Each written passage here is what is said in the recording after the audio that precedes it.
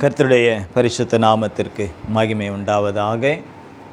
இந்த 3வது உபவாச ஆயத்த கூட்டத்திலும் கூட நாம் அவருடைய சமூகத்திலே கடந்து வர தேவன் கிருபை செய்தபடினால் என் தேவனை நன்றியோடு துதிக்கிறேன், ஸ்தோத்தரிக்கிறேன்.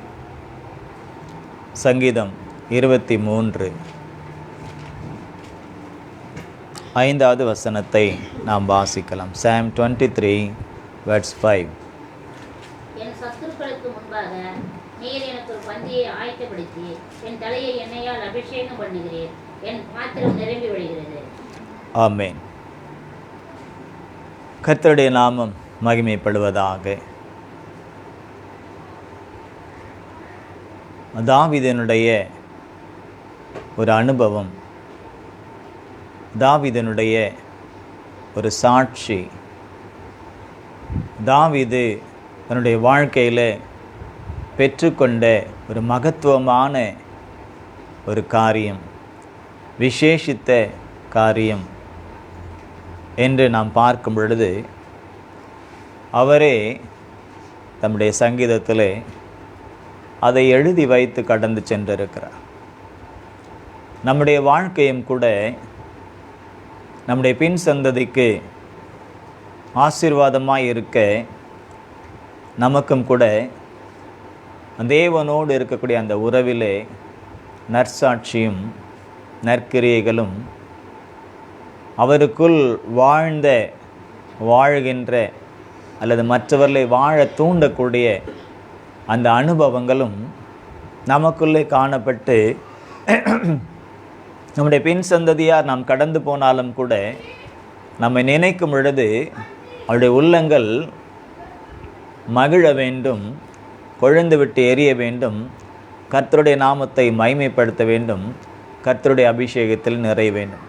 அப்படிப்பட்டதாய் நம்முடைய வாழ்க்கையும் கூட ஒரு நற்சாட்சி உள்ள ஒரு வாழ்க்கையாக தேவனுடைய கிரியைகளை, இயேசுவின் நாமத்தை மகிமைப்படுத்தக்கூடிய கிரியைகளாக காணப்பட வேண்டும். அதற்கு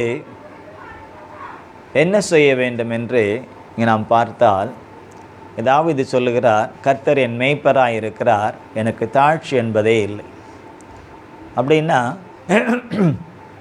ஒரு மேய்ப்பனுடைய கரத்திலே அடங்கி இருக்கக்கூடிய ஆடுகளாக அந்த மேய்ப்பன் நடத்தி சென்றால் நடந்து போய், நல்ல மேய்ச்சலை கொடுத்தால் அதை மேய்ந்து, நல்ல தண்ணீரண்டையிலே அமர்ந்த தண்ணீரண்டையிலே நடத்தினால் அந்த தண்ணீரை குடித்து, மறுபடியும் அவனுடைய சொல்லுக்கு கீழ்ப்படிந்து, மறுபடியும் எந்த இடத்துல வந்து அடங்க வேண்டுமோ அல்லது படுக்க வேண்டுமோ இளைப்பாற வேண்டுமோ, எவ்விதமாய் மேய்ப்பன் அந்த ஆட்டை நடத்துகிறானோ அதற்கு இசைந்து அந்த ஆடுகள் செயல்பட்டால் அந்த ஆடுகளுக்கு ஒரு பெரிய பாதுகாப்பும் பராமரிப்பும், அந்த ஆடுகளுக்கு ஒரு நல்ல ஒரு ஆசீர்வாதமும் கிடைக்கும். அது அந்த ஆடுகள் என்றால் நாம் சாப்பிட்ற மட்டன் ஆடுகள் அல்ல. ஆடுகள் என்று சொன்னால் நம்மை தான் அவர் சொல்லுகிறார். அவர் மேய்ப்பர், அவருடைய மந்தைக்குள்ளான நாம் அவருடைய ஆடுகள். அப்போது அவருடைய மந்தைக்குள்ளான, அவருடைய கைக்குள்ளான ஆடுகளாய் நாம் இருப்போம் என்று சொன்னால் நமக்கு தாழ்ச்சி என்பதே இருக்காது. ஏன்னு கேட்டால், என்ன பிரச்சனைகள் வந்தாலும், போராட்டங்கள் வந்தாலும், நிந்தனைகள், அவமானங்கள், பலவீனங்கள், சத்ருவின் குறுக்கீடுகள், சத்ருவினுடைய எதிர்ப்புகள் எது வந்தாலும் எல்லாவற்றையும் மேற்கொள்வதற்கு வேண்டியதான கிருபையையும் தைரியத்தையும் வல்லமையையும் பலத்தையும் கர்த்தர் நமக்கு கொடுக்கிறவராக இருக்கிறார். எந்த சத்துருக்களுக்கு முன்பதாகவும் மனுஷர்களுக்கு முன்பதாகவும் நமக்கு விரோதிக்கிறவர்களுக்கு முன்பதாகவும் நாம் விழுந்து போகாதபடிக்கு தேவன் நம்மை பாதுகாக்கிறவராக இருக்கிறார். அதைத்தான் அவர் இங்கே சொல்லுகிறார், என் சத்துருக்களுக்கு முன்பதாக நீர் எனக்கு ஒரு பந்தியை ஆயத்தப்படுத்தி என் தலையை எண்ணெயால் அபிஷேகம் பண்ணுகிறீர், என் பாத்திரம் நிரம்பி வழிகிறது. சத்துரு எதிரில் இருக்கான். இதை நல்லா கொஞ்சம் நம்ம இமேஜின் பண்ணி பார்த்தா ஒரு பெரிய இராணுவம் நம் கண் முன்பதாய் இருக்கிறது. ஒரு பெரிய இராணுவம் பீரங்கியோட, AK-47ஓட, இன்னும் என்னென்னலாம் இருக்கோ, துப்பாக்கி நம்ம ஊர் ஸ்டைலில் சொன்னால் அருவா, அப்படி இப்படி வேலு சூள் ஆயுதங்களோடு நிற்கிறாங்கன்னு வைங்களேன். நம்மளை கொல்லணும்னு, நம்மளை மேற்கொள்ளணும்னு நிற்கிறாங்க. கர்ச்சிக்கிற சிங்கத்தை போல் அப்படி நிற்கிறாங்க. எப்போன்னுட்டு அவங்க மத்தியில் ஒரு டேபிள், கல்யாணத்துலலாம் பந்திக்கு போடுவாங்க இல்லையா டேபிள், வீட்டிலலாம் நம்ம டைனிங் டேபிள் பார்த்துருக்கீங்களா? நம்ம வீட்டில் இல்லைன்னா கூட சில இடத்துல நம்ம பார்த்துருப்போம் இல்லையா, டைனிங் டேபிள். அந்த மாதிரி ஆண்டவர் அப்படிப்பட்ட சத்துருக்களுக்கு முன்பதாக ஒரு டைனிங் டேபிளில் போட்டு, சாப்பிட்ற ஒரு டேபிளில் போட்டு அவர் என்ன செய்கிறாராம், பந்தியை ஆயத்தப்படுத்துகிறாராம். அவங்க இருக்கிறாங்க, நீ உட்காந்து சாப்பிடுப்பா. பீரங்கி என்ன பண்ணும், AK-47 என்ன பண்ணும், இல்லை பெரிய அணுகுண்டாக இருந்தாலும், இல்லை என்னென்ன விதமான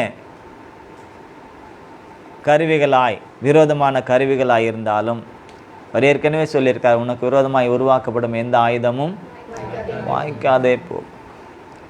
அப்போது சத்துருக்களுக்கு அவர் தாவீது சொல்கிறார், சத்துருக்களுக்கு முன்பதாக எனக்கு ஒரு பந்தியை அவர் ஆயத்தப்படுத்தி என்னை உட்கார வச்சு எனக்கு பரிமாறுறார்.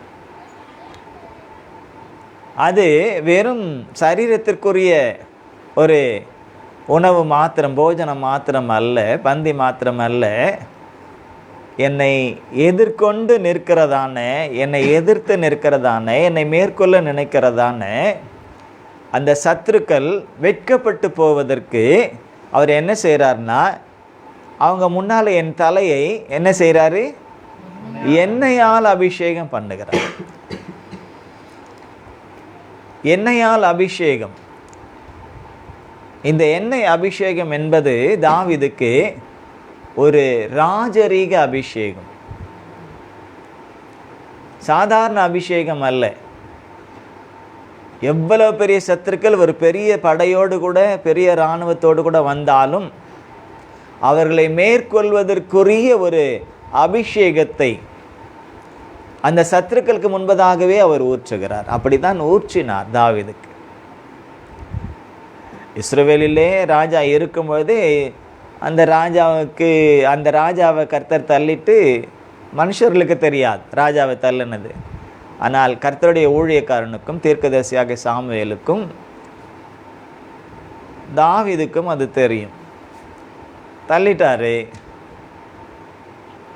கர்த்தர் தள்ளினது ராஜாவாகிய சவுலுக்கும் தெரியாது.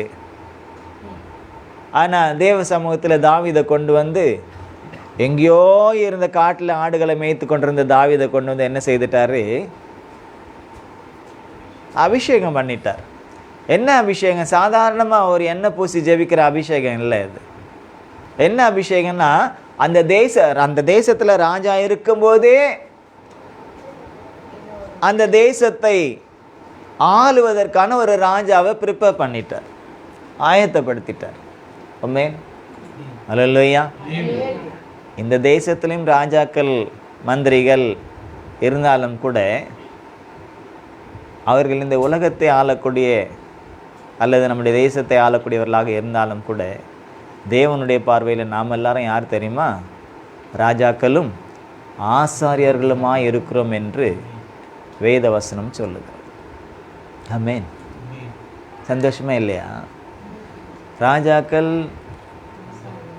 ஆசாரியர்கள் ஆண்களை தானே. நாங்கள்லாம் ஆண்களுக்கு கூட இருந்தீங்கன்னா நீங்கள்லாம் யார்? ராஜான்னு சொன்னால் ராணி தானே.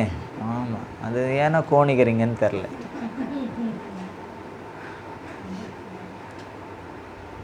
இளவரசர்கள் இருக்கிறார்கள், இளவரசிகள் இருக்கிறார்கள் இல்லையா? ஆமென். தேவன் நம்மை அப்படித்தான் பார்க்கிறார். சத்ரு போராட்டம் நிறைய இருக்குன்னு நம்ம சொல்லலாம், பயப்பட வேண்டிய அவசியமே இல்லை. பக்கத்துலேயே கூட இருக்கலாம், ஒரே தட்டில் சாப்பிடலாம், ஆனால் சத்ருவாக இருக்கலாம். அப்படியெல்லாம் நடந்திருக்கு வேதத்தில். இயேசுவே சொல்கிறார், என்னோடு கூட அப்பம் புசித்தவன் தன் குதிகாலை என் மேல் தூக்கினான். அதுதானே செஞ்சான். அவர்கிட்ட வாங்கி சாப்பிட்டு அவரை காட்டி கொடுத்துட்டு போயிட்டான்ல, போயிட்டான் இல்லை. ஆனால் இயேசு என்றைக்கும் இருக்கிறார். அவன் போயிட்டான், போய் சேர்ந்துட்டான். அதனால் சத்துருக்களை குறித்து நாம் பயப்படவோ கவலைப்படவோ வேண்டாம். நாம் செய்ய வேண்டியதெல்லாம் ஒன்றே ஒன்று தான். தேவன் விரும்பக்கூடிய ஒரு பாத்திரமாக நாம் காணப்பட வேண்டும். தேவன் விரும்புகிற பாத்திரமாய் நாம் காணப்படுவோம்னு சொன்னால் நம்ம எந்த மூலையில் இருந்தாலும் நம்மளை கொண்டு வந்து என்ன செய்திருவார்? சத்துருக்களுக்கு முன்பதாக நிறுத்தி அபிஷேகம் பண்ணி அந்த சத்துருக்களை வெட்கப்படுத்துவார், நம்மளை ஆயத்தப்படுத்திடுவார். அந்த சத்துருக்களை மேற்கொள்வதற்கு நம்மளை ஆயத்தப்படுத்துவார். அந்த சத்துருக்களை அந்த சத்துருக்களை மேற்கொள்வதற்கு நம்மளை பலப்படுத்துவார். இந்த சத்துருக்களை மேற்கொள்வதற்கு நமக்கு வேண்டிய பலத்தை அவர் கொடுப்பார். இந்த சத்துருக்களை மேற்கொள்வதற்கு வேண்டிய ஞானத்தை கொடுப்பார். இந்த சத்துருக்களை மேற்கொள்வதற்கு வேண்டிய வழிவாசல்களை நமக்கு திறந்து கொடுப்பார். நம்மோடு கூட இருந்தே நம்மை நடத்துவார். இப்போது ஒரு கோடி இராணுவம் இருக்குன்னு வைங்களேன். 1 கோடி இராணுவம் இருந்தாலும் தேவன் கூட இருப்பார்னு சொன்னால் அந்த 1 கோடி இராணுவம் நம்மளை என்ன செய்ய முடியும்? என்ன செய்ய முடியும்? தாவீதுக்கு அப்படி தான். அதனால்தான் அவர் எழுதிட்டார், என் சத்துருக்களுக்கு முன்பாக, பின்பாக இல்லை, என் சத்துருக்களுக்கு முன்பாக நீர் எனக்கு ஒரு பந்தியை ஆயத்தப்படுத்தி, சாட்சி அது அவர் செய்ததை அவர் சாட்சி சொல்லுகிறார். என் தலையை எண்ணெயால் அபிஷேகம் பண்ணுகிறீர் அப்படின்னா அதை அனுபவித்து கொண்டு இருக்கிறார். பண்ணினீர் என்று சொன்னால் ஏதோ பாஸ்ட் டென்ஸ், கடந்த காலத்தில் பண்ணுகிறீர்னு சொன்னால் நடந்து கொண்டிருக்கு, ப்ரெசன்ட் நடந்து கொண்டிருக்கு. அவர் செய்கிற அந்த காரியத்தை தாவீது அனுபவித்து கொண்டு இருக்கிறார். அப்படி தான் செய்தார். ராஜா இருக்கும் பொழுதே கொண்டு வந்து அபிஷேகம் பண்ணுறாரு. ஆனால் அந்த அபிஷேக தைலம் அந்த கொம்போடு, அந்த கொம்பில் இருக்க அந்த தைலத்தை எடுத்துக்கிட்டு சாமுவேல் போகும்பொழுது தாவீது அங்கே இல்லை. ஈசாயின் குடும்பத்தில் இருந்த குமாரர்களுக்குள்ளே தாவீது வந்து ஒரு மேன்மையானவனாய் எண்ணப்படலை. அவனை ஆடு மேய்க்க தான் அனுப்பியிருந்தாங்க. மற்றவங்கெல்லாம் இராணுவத்தில் இருந்தாங்க, வேறு காரியங்களில் இருந்தாங்க. அப்போது ஒவ்வொருத்தரும் தாவீதனுடைய அப்பா அனுப்புகிறார். மூத்த அண்ணன் அனுப்புகிறாரு, 2வது அனுப்புகிறாரு, 3வது அனுப்புகிறாரு. சாமுவேல் தீர்க்கதரிசி இவனா அவங்களுடைய தோற்றத்தை எல்லாம் பார்த்து இவனான்னு கேட்குறாரு. கர்த்தர் சொல்கிறார், இல்லைப்பா. ஏன்னா ஒவ்வொரு முறையும் சாமுவேல் என்ன செய்கிறார்? தைல குப்பி எடுத்துடுறார். இராணுவ வீரனை பார்க்குறாரு ஒருத்தன். முதல்ல பார்க்கும்போது அவன் இராணுவ வீரன். இராணுவ வீரன் எப்படி இருப்பான்? நல்லா இருப்பான்ல? என்ன மாதிரியா இருப்பான்? நோஞ்சா மாதிரி. அவனும் பார்க்குறான், நானும் அப்படி தான் இருக்கேன். பார்க்குறார், தைல கொம்பு எடுக்கிறார். இவனா ஆண்டவரே? இல்லைப்பா, தைல கொம்பவை. 2வது அவனா இராணுவ வீரன். இவனா ஆண்டவரே? இல்லைப்பா. தைல கொம்பை எடுத்து இவனான்றார். இல்லை. அப்புறம் என்னதான் ஆண்டவரே? நீ பார்க்குற மாதிரி நான் பார்க்குறது இல்லைன்னுட்டார். ஊழியக்காரன் பார்வை கூட சில நேரத்தில் தவறாய் போயிடலாம். ஆமென், அல்லேலூயா. நான் ரூபனை பார்க்குறேன். ஒருவேளை ரூபன் நான் பார்க்குற பார்வைக்கு வேறு மாதிரி இருக்கலாம். ஆனால் கர்த்தர் பார்க்குற பார்வை வேறு. அது ஏற்கனவே சொல்லிட்டார் இல்லை? ஆமாம், கர்த்தர் பார்க்குற பார்வை வேறு. எங்கே வச்சு எப்படி உயர்த்தணும்னு கர்த்தர் பார்க்குறாரோ அதற்கு இசைந்து நாம் கடந்து போக வேண்டும். அதுதான் நமக்கு மேன்மை. நம்ம ஒவ்வொருவரை குறித்தும் கர்த்தருக்கு ஒரு பார்வை இருக்கிறது. என் பார்வையில் லிடிலா நான் சொன்னேன் என்ன மாதிரி நோஞ்சானிட்டேன். ஆனால் கர்த்தர் பார்க்குற பார்வையில் யார் என்று கர்த்தருக்கு தெரியும். ஆமென், அல்லேலூயா. அப்போ அங்கே சொல்கிறார், நீ பார்க்குற மாதிரி நான் பார்க்கல சாமுவேல். நீ பார்க்குற மாதிரி நான் பார்க்கல. 2 நாளும் ஆளை காணும். நீ பார்க்குற மாதிரி நான் பார்க்கல. நான் பார்க்குற பார்வை வேறு. நான் பார்க்குற பார்வை வேறு, நீங்கள் பார்க்குற பார்வை வேறு. நான் பார்த்து தான் அவங்கள அதுதான் 2 நாளாக காணுன்றது. ஆனால் கர்த்தர் பார்க்குறாரு. ஏன் காணுன்னு அவருக்கு தெரியும். கர்த்தர்கிட்ட தப்ப முடியாது இல்லை, என்கிட்ட சொல்லி தப்பிச்சிடலாம். கர்த்தர் உங்களை ஆசீர்வதிப்பாராக. நல்ல நேரத்துக்கு தான் வந்தீங்க.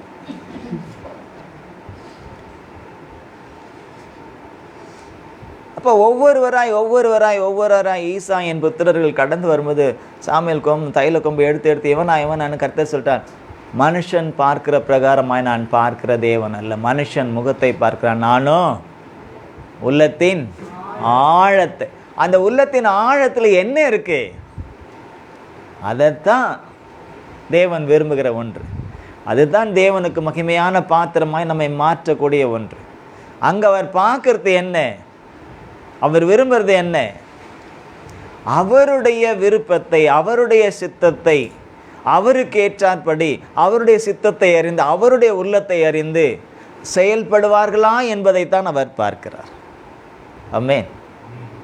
அப்போது இந்த 7 ஈசாயின் குமாருக்கு 8 பேரும், இந்த 7 பேரும் நோ நோ நோன்னிட்டார் கர்த்தர். அதுக்கப்புறம் இவ்வளோ தானா பிள்ளைகள்னு ஈசாயை கேட்குறார் சாமுவேல்.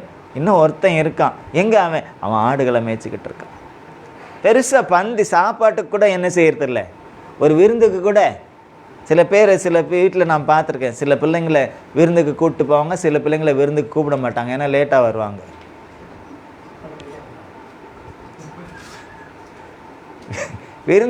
விருந்துக்கு கூப்பிட்டா லேட்டாக புறப்படுவாங்க. சொல்லுவாங்க, நீ உன்னை ட்ரெஸ் பண்ணி உன்னை கொண்டு வரத்துக்குள்ளே அங்கே விருந்தெல்லாம் என்ன ஆகும், முடிஞ்சிடும். இப்போ பாதி விருந்து முடிஞ்சு போச்சு இல்லை, அது என்னன்னு தெரியாது இல்லை. ஸ்வீட் கொடுத்தாங்களா, குலாப்ஜாம் கொடுத்தாங்களா, என்ன கொடுத்தாங்கன்னு தெரியாது இல்லையா. எப்பவுமே பந்தியில் எல்லாம் இருக்கும், 2வது பந்திக்கு வரவங்களுக்கு கொஞ்சம் ஏதாவது கம்மியாக இருக்கும், 3வது பந்திக்கு வரவங்களுக்கு சாம்பார் ரசம் ஆகிடும், சாம்பார் ரசம் ஆகிடும், கூட்டு சாம்பார் ஆகிடும், அப்போல்லாம் நமத்து போவோம் இல்லையா. ஒருவேளை சிக்கன் 65 இருக்குன்னு வெறும் எலும்பு தான் இருக்கும், அந்த கறியே காணாது, அப்படி ஆயிடும்.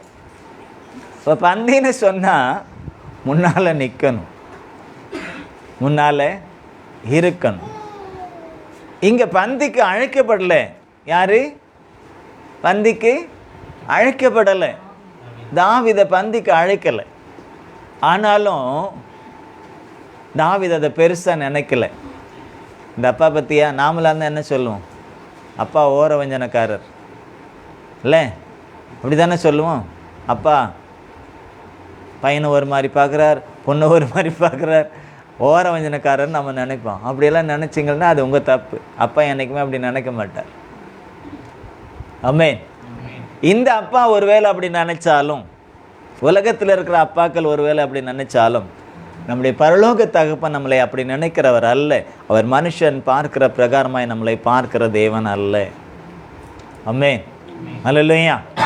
அப்போது சாமுவேலும் கூட ஊழியக்காரனும் கூட வெளி தோற்றத்தை பார்த்து இவனா கர்த்தர் இவனா தேர்ந்துக்க, அது வரலாம் அவர் உடனே அபிஷேகிச்சிடல. கர்த்தர்கிட்ட கேட்குறாரு இவனான்ட்டு. ஏன்னா எந்த ஒரு காரியமாக இருந்தாலும் ஊழியக்காரன் கர்த்தரை கேட்டு தான் என்ன செய்வான், எதை எப்படி செய்வான். சில நேரத்தில் சில பேர் ரொம்ப உடனே இதை செய்யுங்க, உடனே எப்படி ஜெபம் பண்ணுங்க, உடனே இப்படி பண்ணுங்கன்னு. சில நேரத்தில் நான் அமைதியாக இருப்பேன், கர்த்தரே உணர்வை கொடுப்பார். சில விஷயங்களில் பொறுமை தான் நமக்கு மருந்து. ஆமென். பொறுமையாக அமைதியாக இருக்கிறது தான் நமக்கு மருந்து, அமைதியாக இருக்கிறது தான் நமக்கு தீர்வு. சில விஷயங்களுக்கு நம்ம வாயை மூடிட்டு இருந்தாலே பிரச்சனை சால்வ் ஆகிடும். வாயை திறந்தால் தான் காக்கா கொத்தும். தேவையில்லாத ஒன்று. அப்போது தாவீது பெருசாக வீட்டில் கூட நினைக்கப்படலை. ஆனால் தாவீது தேவன் நினைக்கக்கூடிய அளவுக்கு தாவீது இருந்தார். தேவன் நினைக்கக்கூடிய அளவுக்கு, தேவன் நினைவு கூறக்கூடிய அளவுக்கு தேவன் அவரை அழைத்து சத்துருக்களுக்கு முன்பதாக ஒரு பந்தியை ஆயத்தப்படுத்தி அவருடைய தலையை எண்ணெயால் அபிஷேகம் பண்ணி, அதுவும் சாதாரண அபிஷேகம் அல்ல, அந்த தேசத்துக்கே ராஜா என்றதான ஒரு அபிஷேகத்தை கொடுப்பதற்கு தேவன் தாவீதின் மேல் நோக்கமாயிருந்தார். இப்போ அவன் கத்தனா, எல்லாருடைய நோக்கம் எங்கே போச்சு, காலேப் மேலே போச்சு இல்லையா. அதே மாதிரி தேவன் பார்க்கிறார் நம்மளை. இங்கே 10 பேர் இருக்கிறோம், 20 பேர் இருக்கிறோம், 30 பேர் இருக்கிறோம், 50 பேர் இருக்கிறோம். தேவன் பார்க்கிறார். இதில் அவருடைய இருதயத்திற்கு ஏற்றவர்கள், அவரை உண்மையாய் அறிந்திருக்கிறவர்கள், அவரை உண்மையாய் உணர்ந்திருக்கிறவர்கள், அவரை உண்மையாய் துதிக்கிறவர்கள், அவரை உண்மையாய் ஆராதிக்கிறவர்கள், அவருடைய நாமத்தை உண்மையாய் மகிமைப்படுத்துகிறவர்கள், அவருடைய இருதயத்திற்கு ஏற்றவர்களாய் இருக்கிறவர்கள். ஒரே வார்த்தையில் சொல்லணும்னா தேவனுடைய இருதயமும் சம்பந்தப்பட்ட பர்சன், அது தாவீதோ இல்லை ரூபனோ ராஜனோ ஆயுஷோ, இன்னைக்கு வந்திருக்கா ஆராதியாவோ, நம்ம யார் சுவாத்தியோ,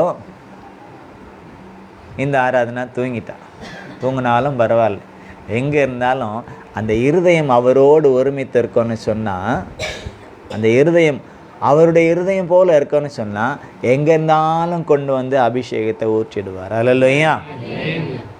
தேவன் வரும்போது அதுதான் நம்முடைய இருதயம் அவருக்கேற்றபடி.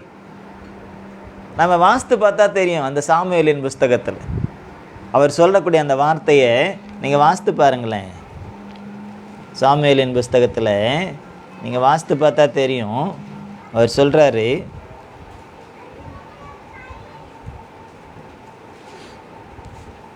பதினாறாவது அதிகாரம் 3வது வசனத்தை வாசியுங்கள்.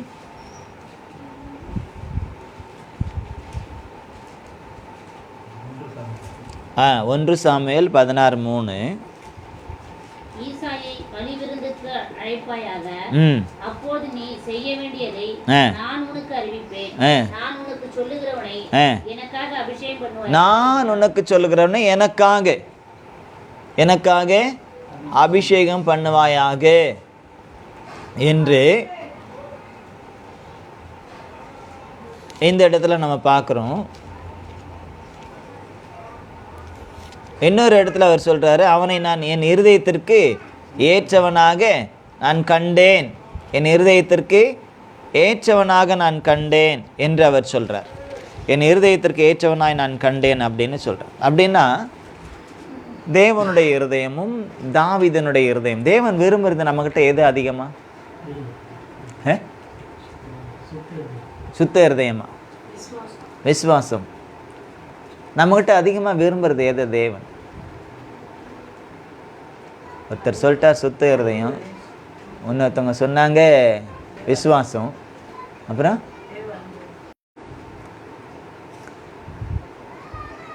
பிரியப்படுகிறவர். எதில்? துதிகளில் பிரியப்படுகிறவர். தம்முடைய பிள்ளைகள் துதிக்க ஆரம்பிச்சுட்டா அதில் பயப்படக்கூடியவருமா? நம்முடைய துதிக்கு பயப்படக்கூடியவரான் தேவன். துதிக்கிறவங்களே தேவனுக்கு ரொம்ப பிடிக்கும், அவருக்கு பிரியம். அதே நேரத்தில் அந்த பிள்ளைங்க துதிக்க துதிக்க துதிக்க அவருக்கு பயம் உண்டாகி பக்கத்தில் வந்துடுவார். எதுக்கு இப்படி துதிச்சுக்கிட்டு இருக்காங்க? எதற்காக இப்படி துதிக்கிறாங்க? அப்போ தாவீதை பார்க்கும் பொழுது சங்கீதக்காரன்னு சொன்னால் யார் பேர் தான் நமக்கு ஞாபகம் வருது? சங்கீதக்காரன்னு சொன்னால் தாவீது தான். ஒரு ஆராதனை வீரன்னு சொன்னால் தாவீது தான். அந்த சங்கீதத்திலிருந்து தான் இன்றைக்கி நிறைய சங்கீதங்கள், நிறைய பாட்டுகள் எல்லாம் வந்துக்கிட்டு இருக்கு. பெக்ஸ்மேன் எழுதின பெரும்பாலான பாடல்கள் இந்த சங்கீதத்தை பேஸ் பண்ணி தான் இருக்குது. இன்றைக்கி நிறைய பேர் பாட்டு எழுதுகிறாங்க. அதற்கெல்லாம் மூல காரணம் பார்த்தா தாவீதாய் தான் இருக்கும். அவர் ஒரு இசைப்பிரியர். இன்ஸ்ட்ருமெண்ட்டுக்காக நிறைய செலவு பண்ணியிருக்கிறார். விசேஷமான மரங்களை கொண்டு வந்து, நல்ல வாசனையுள்ள மரம், சந்தன மரம்லாம் வச்செல்லாம் நல்ல டோல் பஜாலாம் செஞ்சு கொடுத்துருக்கிறார் வாசிக்கிறவங்களுக்கு. அவர் நல்ல பாடவும் செய்வார், நல்ல எழுதவும் செய்வார், நல்ல துதிக்கவும் செய்வார், நல்ல டான்ஸ் ஆடவும் செய்வார். தேவனுக்காக, மனுஷன் மத்தியில் அல்ல. உலகத்தான் நடிப்பதை போல அந்த மாதிரி டான்ஸ் இல்லை. நடனம் ஆடினா கூட தேவனுக்கு பிரியமானபடி, தேவனுக்கு பிரியமானபடி நம்முடைய ஒவ்வொரு அசைவுகளும் கூட அது தேவனுக்கு பிரியமானபடி. டான்ஸ்ன்றா என்ன? அடுத்தவங்களை மகிழ செய்யணும் இல்லையா? அருவருப்பா சில டான்ஸ் எல்லாம் பார்த்தா எப்படி இருக்குது? ரசிக்கிற மாதிரியா இருக்குது? இன்றைக்கி பார்க்குற டான்ஸ் எல்லாம் நிறைய அந்த அசைவுகளெல்லாம் பார்த்தா அருவருப்பாக தெரியல. பார்த்துருக்கோமா இல்லையா? பார்த்துருக்கீங்களா இல்லையா? நான் போய் சொல்கிறேன்னா உண்மை சொல்கிறேன். நல்ல டான்ஸும் இருக்குது, உலக பிரகாரமான டான்ஸில் கூட நல்ல டான்ஸும் இருக்குது. சிலது பார்க்கும்போது நம்ம முகம் வந்து சந்தோஷம் உண்டாகாது, ஒரு விதமான அருவருப்பு. ஏன்னா அந்த நெளிவு சுழிவுகள், அந்த ஆக்ஷன்லாம் பார்த்தா அருவருப்பு, ஒரு தவறான ஒரு சிந்தையை கொண்டு வரும். இன்றைக்கி பெரும்பாலான டான்ஸ் அப்படி தான் இருக்குது. சினிமாவிலையும் சரி, இன்றைக்கி சில பேர் ஆவிக்குரிய ஜீவியத்தில் நாங்கள் டான்ஸ் ஆடுறோன்னு சொல்லிட்டு ஆடுறான். அந்த ஆட்டங்கள்லாம் கலர்லாம் லைட்டு போட்டு புகை போட்டு ஆடுறாங்கல்ல, அந்த ஆட்டங்கள் எல்லாம் கூட அப்படி தான் இருக்குது. தாவீது ஆடினா தாவீது ஆடினார் தான், நாமளும் ஆடலாம் தாவீதை போல நடனமாடி அப்பாவை ஸ்தோத்தரிப்பேன்னு பாடிக்கிட்டு வேற மாதிரி ஆடக்கூடாதுல்ல. ஒரு ஸ்டெப் வைக்கணும், தாவீது சொல்லிக்கூடாது, அந்த ஸ்டெப்பை தான் ஃபாலோ பண்ணணும் இல்லையா? அந்த ஸ்டெப்பு தான் தேவனுக்கு பிரியமானது. அதனால தான் தாவீதை செலக்ட் பண்ணுறார் அவர். அவன் ஆடினாலும் சரி, பாடினாலும் சரி, குதித்தாலும் சரி, நடந்தாலும் சரி, ஆட மேய்ச்சாலும் சரி, என்ன செய்தாலும் தேவனை துதித்து கொண்டே இருப்பான். பெரும்பாலான பாடல்கள் காட்டில் இருக்கும்போது பாடின பாட்டு தான். ஆடுகளோடு அவன் மேய்த்து கொண்டிருக்கும் போது காட்டில் பாடின பாட்டு, சில பாட்டு நாட்டில் பாடின பாட்டு, சில நேரத்தில் சத்துரு பின்தொடர வர ஓடிக்கிட்டே பாடின பாட்டு. நமக்கெல்லாம் பாட்டு வரும் சத்துரு பின்தொடர்ந்தா. ஒரு நாளைக்கு தண்ணி வரலனாலே நமக்கு பாட்டு வேறு பாட்டு வரும். ஒரு நாளைக்கு வீட்டில் தண்ணி வரலன்னா பாட்டு என்ன பாட்டு வரும்? அங்கே தண்ணி வருதோ இல்லையோ, கண்ணில் தண்ணி வந்துடும். தண்ணியே வரலன்னு புலம்பிக்கிட்டே இருப்போம், வர வரலாம் புலம்பிக்கிட்டு இருப்போம். கொஞ்சம் பாக்கெட்டில் குறைஞ்சி போச்சுன்னா, பாக்கெட் கொஞ்சம் வீக்கமாக இருந்துச்சுன்னா நல்லா இருக்கும், பாட்டு நல்லா லல்லலான்னு வரும். அதுக்கப்புறம் குறைஞ்சிருச்சுன்னா என்ன ஆகும்? அவ்வளோதான், வால்யூம் போன மாதிரி தான் போயிடும். வால்யூம் பிடிங்கி விட்டா என்ன ஆகும்? சத்தமே இருக்கா, அப்படியே சோர்ந்து போய். பவுல் சொல்கிறார், எந்த நிலைமையிலும் மனரம்யமாக இருக்க கற்றுக்கொண்டேன். பவுல் சொல்கிறார். பவுலுடைய வாழ்க்கையை குறித்தவர் நாம் பார்க்கும் பொழுது, எல்லா நிலைமையிலும் நான் மனரம்யமாக இருக்க கற்றுக்கொண்டேன். எனக்கு வாழ்ந்திருக்கவும் தெரியும், தாழ்ந்திருக்கவும் தெரியும், எல்லா நிலைமையிலும் மனரம்யமாக இருக்கவும் தெரியும். இருக்கும்போது ஓஹோன்னு இருந்துட்டு இல்லாத போது மூக்க சிந்தக்கூடாது. ரெண்டும் நமக்கு எப்படி இருக்கணும்? பேலன்ஸாக இருக்கணும். அப்போ எப்படி இப்போ அதே மாதிரி தான். அப்போ என்ன சந்தோஷமோ இல்லாத போது அதே சந்தோஷம். எல்லா நிலைமையிலும் அதை கற்றுக்கொள்ள வேண்டும் தேவ சமூகத்தில் அமர்ந்து. தாவீது அந்த கற்றுக்கொண்டார். எல்லா நிலைமையிலும் அவருக்கு போராட்டம் வந்த போதும் சரி, போராட்டம் இல்லாத போதும் சரி, தேவனை துதிக்க மறந்ததில்லை. தேவனை துதிக்க மறந்ததில்லை, தேவனை முன்வைக்க மறந்ததில்லை. பார்க்குறோம், வெளியே போகணுமா, இன்றைக்கி வெளியே வந்தீங்க, வீட்டை விட்டு வெளியே வந்தீங்க, எத்தனை பேருக்கு அவர்கிட்ட பேசிட்டு வந்தீங்க? நான் வெளியே போகிறேன்ப்பா என் கூட வாங்க, நான் சர்ச்சுக்கு போகிறேன்ப்பா என் கூட வாங்க, ஜெபத்துக்கு போகிறப்ப என் கூட வாங்க, யாராவது சொல்லிட்டு வந்தீங்க? இந்த பழக்கமே நமக்கு கிடையாது. இந்த பழக்கமே எங்கே போனாலும் முதல்ல அவர்கிட்ட. இப்போ வீட்டில் நாங்கள்லாம் சின்னதாக இருக்கு, இப்போ அந்த பழக்கமே ஜாஸ்தி இல்லை. ஊரில் எல்லாம் சின்னதாக இருக்கும்போது வெளியே போனால் போகிறோன்னு, இங்கே போயிட்டு வரோன்னு, அதுவும் போகிறேன்னு கூட சொல்ல, போயிட்டு வரேன்னு சொல்லணும். போகிறேன்னு சொல்கிறது கூட அது நல்ல வார்த்தை இல்லைன்னு சொல்லுவாங்க. போயிட்டு வரேன், எங்கே போயிட்டு வரேன்னு சொல்லிட்டு போகணும். போகும்போதும் ஒரு பாய் சொல்லணும், வந்ததுக்கப்புறம் ஒரு ஸ்தோத்திரம் சொல்லணும், வந்துட்டோம் ஆஜர் போடணும். இன்றைக்கி போனாலும் ஒன்றும் இல்லை, வந்தாலும் ஒன்றும் இல்லை. மேயிற மாட்டேன் நாங்கள் மேய்க்க மாட்டோம், ஓடுற மாட்டேன் நாங்கள் கட்ட மாட்டோன்ற கதையில் அப்படி தான் இன்றைக்கி வண்டி ஓடிக்கிட்டு இருக்கு. எங்கே போனாலும் சொல்லிட்டு போகிற பழக்கம் இருந்தது, எனக்கு இல்லை. இல்லாமல் போனதுக்கு காரணம் என்ன? ஒருத்தர் நம்ம மதிக்க மறந்துட்டோம். அதுதான். யார் யாருக்கு என்னென்ன, வீட்டில் பாட்டி இருந்தா, தாத்தா இருந்தா, அப்பா இருந்தா, அம்மா இருந்தா, மாமா இருந்தா, சித்தி இருந்தா, சித்தப்பா இருந்தா, பெரியவங்கிட்ட எல்லார்கிட்டையும் அக்கா இருந்தா, அண்ணன் இருந்தா சொல்லிட்டு எல்லார்கிட்டையும் சொல்லிட்டு போகணும். சின்னவங்க இன்னைக்கு யார் பெரியவங்க, யார் சின்னவங்க? கணவன் மனைவிக்குள்ளே வயசு வித்தியாசம் இருக்கா இல்லையா? இருக்கா இல்லையா? எத்தனை வயசு வித்தியாசம் இருக்குது அது உங்களுக்கே தெரியும். ஆனால் அந்த வயசு வித்தியாசத்துக்காவது மரியாதை கொடுக்குறோம்? கொடுக்குறாங்க? ஆனவங்களுக்கு தெரியும், ஆவாதவங்களுக்கும் என்ன பண்ணுறது. இன்னைக்கு காலம் அப்படி தான். இன்றைக்கி வாடா போடான்னு தானே கூப்பிட்டுக்கிறாங்க. அத்தான்னு யார் கூப்பிட்றா? அத்தான்னு கூப்பிட்டா அவன் செத்தானா? யார் கூப்பிடுறாங்க? யாராவது பேரை விட்டு கூப்பிடுறாங்க, இல்லைன்னா வாடா. அது என்னென்ன வாடா போடான்னு கூப்பிட்டு, அது அவங்களோட ஃபேஷன். இப்போ அதுதான் ட்ரெண்ட் அப்படின்னுறாங்க. சரி, ஸ்தோத்திரம், ஏதாவது பண்ணிட்டு போங்க, சந்தோஷமாக இருந்தால் சரி. அன்பு மரவனை போடும் கூட சந்தோஷமாக இருந்தால் சரி. தேவனுடைய நாமத்திற்கு மகிமையாக இருந்தால் போதும். நீ பேரை சொல்லி கூப்பிடு, வாடா போடான்னு கூப்பிடு, வாடி போடுன்னு கூப்பிடு, என்ன வேணாலும் பண்ணுங்க. ஆனால் தேவனுடைய நாமம் மகிமைப்பட வேண்டும். இங்கே தாவீதனுடைய வாழ்க்கையை நம்ம பார்க்கும்பொழுது தேவன் பார்க்குறார், தாவீதனுடைய வெளி தோற்றத்தை விட அவனுடைய உள்ளத்தை தான் பார்த்தார். அதில் பார்த்தா தேவன் மாத்திரமே இருந்தார். அல்லேலூயா. அதில் யார் இருந்தது? தேவன் மாத்திரமே இருந்தார். இப்போ கண்ணாடியில் நம்ம பார்க்குறோம், நம்மளை பார்த்தா நாம் பார்த்தா யார் தெரிவா? அப்பா தெரிவாரா? அம்மா தெரிவாங்களா? யார் தெரிவா? நாம் தானே, நான் தான் தெரிவேன் இல்லையா? இப்போ நான் பார்த்தேன்னா நான் தான் தெரிவேன். இப்போ நான் இங்கே பேசிக்கிட்டு இருக்கேன், நான் தான் தெரிகிறேன். அந்த சைடில் விஜயாம்மா பார்த்துக்கிட்டு இருக்காங்க, நான் தெரிவேன், அவங்க தெரிய மாட்டாங்க. ஏன்னா இது அந்த மாதிரி செட்டப். ஆனால் நிலை கண்ணாடி என்பது நாம் எப்படி இருக்கிறோமோ அப்படி தான் வெளிப்படுத்தும். கருப்பாக இருந்தால் கருப்பாக காட்டும், வெள்ளையாக இருந்தால் வெள்ளைன்னு யாரும் கிடையாது. ஆனால் சொல்லிக்குவாங்க வெள்ளை அப்படின்ட்டு. உண்மையாக வெள்ளைன்னு யாருமே இல்லை. சாக்லேட்டியாக இருக்கிறோம், ப்ரௌனாக இருக்கிறோம். சில பேர் சொல்லுவாங்க புது நிறமாக இருக்கும். அது என்ன புது நிறத்துக்கு என்ன கலர்னே தெரியாது. செக்க செவேன்னு இருக்கிறாங்கன்னு சொல்லுவாங்க. சுண்டி விட்டால் என்ன வரும்? ரத்தம் வரும் அப்படின்னு சொல்லுவாங்க. தக்காளி பழம் மாதிரி இருக்கிறாங்கன்னு சொல்லுவாங்க. தக்காளியை போய் பக்கத்தில் வச்சு பார்த்தா கலருக்கு அதுக்கு மேட்சே ஆகாது.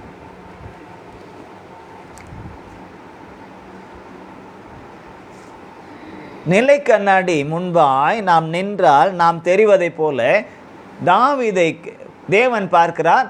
அவனுடைய இருதயத்தில் தேவன் தெரிகிறார்.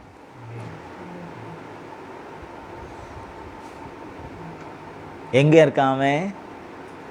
ஆடுகளை மேய்ச்சிக்கிட்டு இருக்க. ஆடுகளை மேய்ச்சிக்கிட்டு இருக்க. தேவன் விரும்பக்கூடிய பாத்திரமாய் நாம் நம்முடைய இருதயம் காணப்பட வேண்டும். அல்லேலூயா. அதில் வேற எந்த அருவருப்பும் இருக்கக்கூடாது. வேற எந்த அருவருப்பும் இருக்க. நாம் நம்முடைய இருதயம் தேவன் அவரை பார்க்கக்கூடிய நிலை கண்ணாடியை போல நம்முடைய இருதயம் இருக்கணும். அந்த இருதயத்தில் வேற காரியங்கள், கசப்பு, கோபம், சண்டை, வைராக்கியம், பகை, இச்சை, என்ன நிறைய இருக்கு இல்லையா? மாம்சத்தின் கிரியைகள் வெளியரங்கமாக இருக்குன்னு சொல்கிறது இல்லையா? அந்த விக்கிரக கிரியைகள். இப்போ நம்முடைய இருதயத்தில் விக்கிரக கிரியை இருந்தால் தேவன் தெரிவாரா? என்ன இருக்கும்? என்ன இருக்கும்?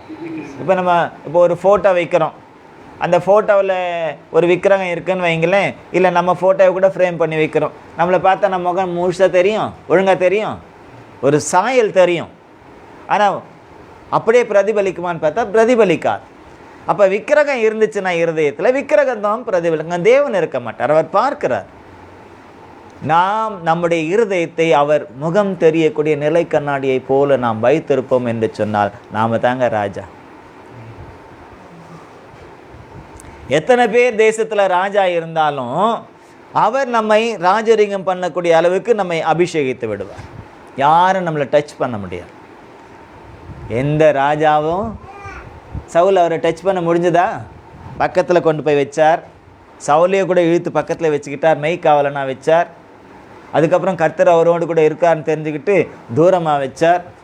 அதுக்கப்புறம் இவனுக்குள்ளே பொல்லாதாய் வருதுனால அவனை மறுபடியும் கூப்பிட்டு அவன் வாசித்தால் சௌக்கியம் உண்டாகும். பாருங்க என்னெல்லாம் கிருபையை கொடுத்துருந்தார் பாருங்க. இன்ஸ்ட்ருமெண்ட் எடுத்து வாசித்தா பிசாசு ஓடும். இன்றைக்கே வாசிக்கிறாங்க இன்ஸ்ட்ருமெண்ட், என்ன ஓடுது? ஏதாவது ஓடுது? ஏதாவது ஓடுது?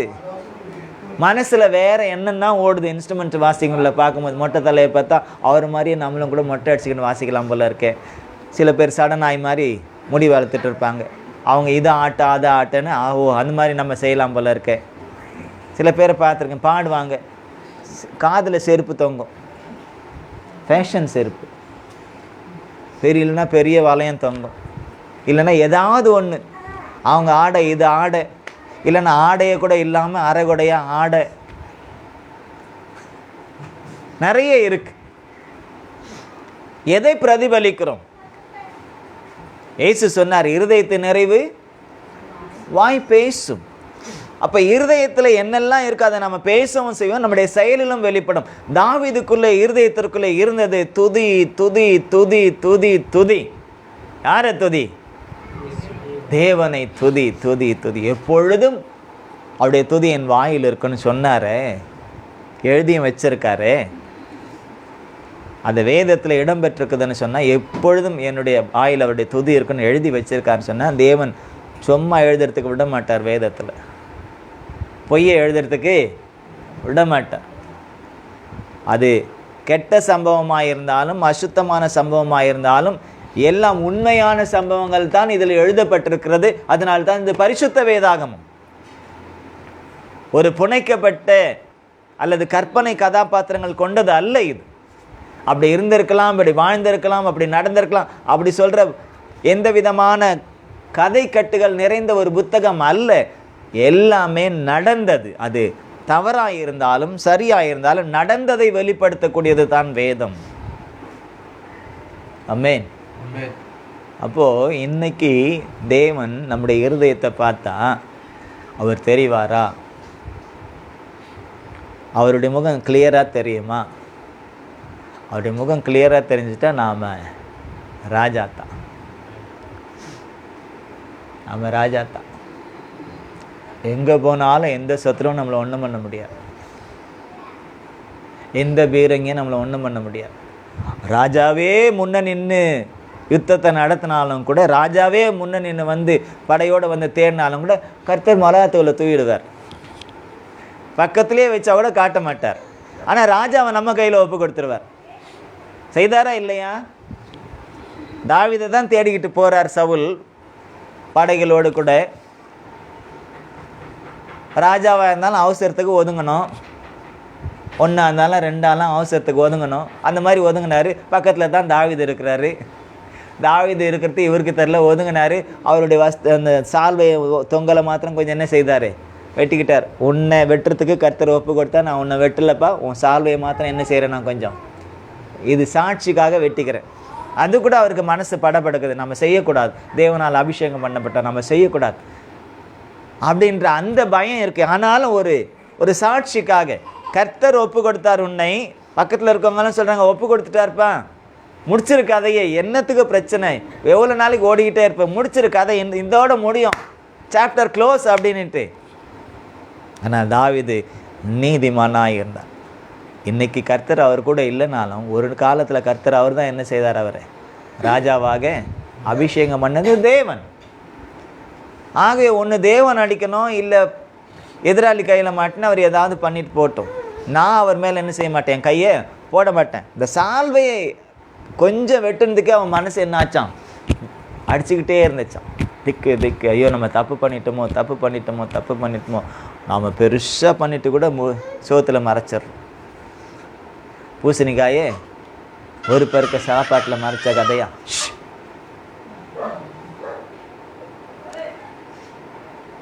பெரிய பெரிய தவறுகளுக்கு கூட தேவனிடத்திலே நம்ம சொல்ல மறந்துடுறோம், மறக்கிறதில்லை.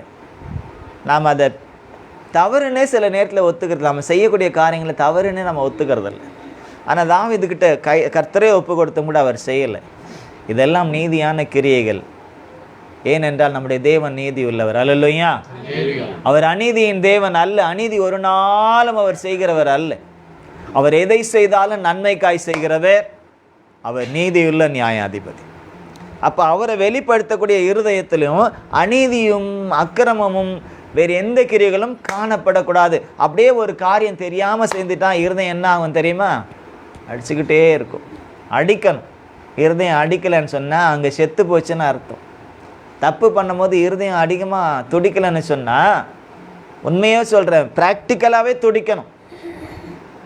தப்பு பண்ணிட்டோம் அப்படின்ற அந்த துடிப்பு இல்லைன்னு சொன்னால் ஆத்மா மரித்து போயிருக்கிறது என்று பொருள். ஆத்மா மரித்து போயிருக்கிறது. ஆத்மா மரித்து போச்சுன்னா அதுக்கப்புறம் நமக்கு இந்த சரீரத்திலேருந்து ஒரு பிரயோஜனமும் இல்லை, உலகத்திலிருந்தும் பிரயோஜனம் இல்லை. ஏசு தான் சொன்னார், மனுஷன் உலகம் முழுவதையும் ஆதாயப்படுத்தினாலும் தன் ஆத்மாவை நஷ்டப்படுத்தினால் அவனுக்கு என்ன இல்லை, ஒரு பைசா கூட லாபம் இல்லை. லாபம் ஒன்றுமில்லை, லாபம் ஒன்றுமில்லை. அப்போ தேவன் விரும்புகிறதான அந்த இருதயம், எனக்காக அபிஷேகம் பண்ணு, நான் விரும்பக்கூடிய பாத்திரம், அவன் என்னுடைய இருதயத்தில் உள்ளதையெல்லாம் அவன் செய்வான், என்னுடைய இருதயத்தில் உள்ளதையெல்லாம் அவன் செய்வான். அப்படின்னும்போது தேவனுடைய இருதயமும் தாவீதினுடைய இருதயமும் அப்படி பொருந்தி இருக்கிறது. அதனால தான் தாவீதோட கர்த்தர் கூடவே இருந்தார். தப்பு செய்த போதும் கூட கர்த்தர் உணர்த்தி மறுபடியும் அவனை கொஞ்சம் என்ன செய்தார், புடமிட்டு சுத்திகரித்தார், தூக்கி போட்டுறல. சில நேரத்தில் கண்ணாடியில் கூட அழுக்கு படும் இல்லையா? படுமா படாதா? நம்ம எண்ணெய் தேய்ச்சிட்டு கண்ணாடி கொஞ்சம் அப்படி தொட்டுமா அந்த எண்ணெய் கரை கண்ணாடியில் படியும். அப்போ கண்ணாடியில் பார்க்கும்போது எப்படி தெரியும்? முகம் கொஞ்சம் மங்கலாக தெரியும். அந்த எண்ணெய் பீஸுக்கோடு இருக்கும்போது கொஞ்சம் மங்கலாக. அப்போ அதை நம்ம க்ளீன் பண்ணணும். அதே போல தான் சில நேரத்தில் நம்ம அவர் விரும்பக்கூடிய பாத்திரமாய் அவருடைய இருதயத்தோடு ஒத்திருக்கக்கூடிய இருதயமாய் இருந்தும் கூட சில நேரத்தில் நம்ம அறிந்தோ அறியாமலோ நாம் அதை செய்யாத அளவுக்கு நம்மளை புடமிட்டு சுத்திகரித்து நம்மளை புது சிருஷ்டியாய் மாற்ற, அதைத்தான் நமக்குள்ள அவர் விரும்புகிறார், அதைத்தான் செய்ய விரும்புகிறார். நாம் இடம் கொடுத்தால். தாவீதுக்கு தன்னுடைய தவறை உணர்த்தின பொழுது என்ன நடந்தது? அதுவும் சபை முன்னால் போயிட்டு நீதாப்பா அந்த மனுஷன் அப்படின்னு சொல்லும் பொழுது தனியாக நாமெல்லாம் தான் சொன்னோம், பாஸ்டர் கொஞ்சம் தனியாக சொல்லக்கூடாதா, சபை முன்னாலேயே சொல்லுவீங்க.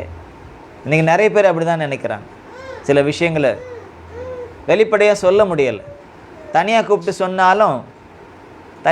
சொன்னாலும் உணர்றதில்லை. ஆனால் தாவீதை நாத்தானை கொண்டு சபை அறிய சொல்கிறான், நீ தான் அந்த மனுஷன் அப்படின்னும் பொழுது தாவீது ராஜா சிங்காசனத்தில் அமர்ந்திருக்கிறார். ஆனாலும் என்ன தெரியுமா சொன்னார்? இதோ நான் கர்த்தருக்கு விரோதமாய் பாவம் செய்தேன். ஊழியக்காரன் வர கோவம் வரல. ஐயோ இப்படி 4 பேர் முன்னால் சபை முன்னால் இப்படி சொல்லிட்டாரேன்னு கோவம் வரல, ஒன்றும் வரல. மாறாக கர்த்தர் ஒரு இரக்கத்தை கொடுத்திருக்கிறாரே, ஒரு தயவை கொடுத்திருக்கிறாரே, நம்மேல் மனது உருக்கமாக இருக்கிறாரே என்ற அந்த நிலைப்பாட்டிலே அவன் பயந்து நான் கர்த்தருக்கு விரோதமாய் பாவம் செய்தேன் என்று தன்னை ஒப்பு கொடுத்தான். ஆனாலும் கர்த்தர் ஒரு சிற்றையை தாவீதுக்கு கொடுத்து சரி பண்ணினார். பிள்ளையாக இருந்தாலும் தப்பு பண்ணால் அடிக்கணும். அதுதான் தேவனுடைய தன்மை. பிள்ளைன்னு விட்டால் நாளைக்கு அது தொல்லையாக போயிடும். பிள்ளையாக இருந்தாலும் என்ன செய்யணும்? பிரம்பை கையாண்டாதவன் மகனை பகைக்கிறான். இன்னும் அந்த வார்த்தை முடியல, அதோட இன்னும் அன்மேல் அதிக அன்பு செலுத்தி காரியங்களை உணர்த்துகிறோம், இன்னும் நன்மை செய்கிறான் என்று வேதம் சொல்லுகிறான். பிரம்பை விட அன்பு இன்னும் கொடியதுன்னு சொன்னால் எப்படி? ரொம்ப நேசிக்கிற பிள்ளைங்களை நம்ம நேசிக்கிறோம், அந்த பிள்ளைங்க ஒரு தவறு பண்ணுதுன்னு சொன்னால் நாமளே நம்மை வருத்திக்கும் பொழுது அந்த பிள்ளைகள் என்ன ஆகும்? நிச்சயமாக மனம் மாறும். அல்லது இந்த பிள்ளைகளுக்கு இதெல்லாம் தப்பு அப்படின்னு சொல்லும் பொழுது அந்த பிள்ளைகள் உணரும். சில பிள்ளைங்களை பார்த்துருக்கீங்களா? அம்மா திட்டினா கூட, பொம்பளை பிள்ளைங்க அம்மா திட்டினா கூட பெருசாக எடுக்காதுங்க. ஆனால் அப்பா திட்டா ஒரு வார்த்தை சொன்னால் கூட, இல்லை முகத்தை திருப்பிட்டா கூட என்ன ஆயிடும்? உடனே கண்ணிலேருந்து அப்படி மாலையாக தண்ணி, காவிரி நதி பொங்கி ஏறி பெருக்கெடுத்து ஓடும். அதே போல் அந்த ஆப்போசிட் ஆண் பிள்ளைகள் அப்பா என்ன சொன்னாலும் தொடச்சி போட்டு போயிட்டே இருப்பாங்க. அடித்தா கூட வாங்கிட்டு தட்டி விட்டு தூசியை தட்டுற மாதிரி போயிடும். அதே அம்மா கொஞ்சம் முகத்தை திருப்பினோடனே என்ன ஆகும்? பின்னாலேயே நிற்போம். நானும் நின்று வந்தான், பின்னாலேயே நிற்பேன். மானிக்கிட்டு இல்லை? உண்மையே பொய்யா நான் சொல்கிறது? இதெல்லாம் ப்ராக்டிக்கலாக உணர்ந்துதான்னு சொல்லுது, நடைமுறையில் உள்ளதும் அனுபவித்தது. இப்போ தாவீதை நாம் பார்க்கும் பொழுது அந்த இருதயம் தான் இன்றைக்கு நமக்கு வேண்டும். இருதயத்தில் சுத்தமுள்ளவர்கள் பாக்கியவான்கள். அவர்கள் என்ன செய்வாங்களாம் தெரியுமா? தெரியாதா? எடுங்க அப்படின்னு எழுதியிருந்தால் எடுத்து வாசிங்க. மத்தேயு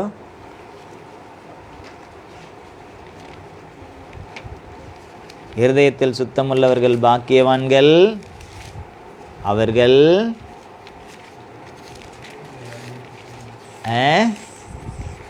அந்த சிஸ்டர் சொன்னாங்க தேசத்தை சுதந்திரிப்பாங்கன்னு. ஆனால் ஏசு என்ன சொன்னார்னு பாருங்க.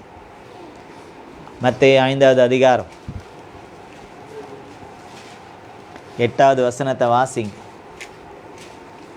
இருதயத்தில் சுத்தமுள்ளவர்கள் பாக்கியவான்கள், அவர்கள் தேவனை தரிசிப்பார்கள். யாரை தரிசிப்பாங்க? தேவனை தரிசிப்பார்கள்.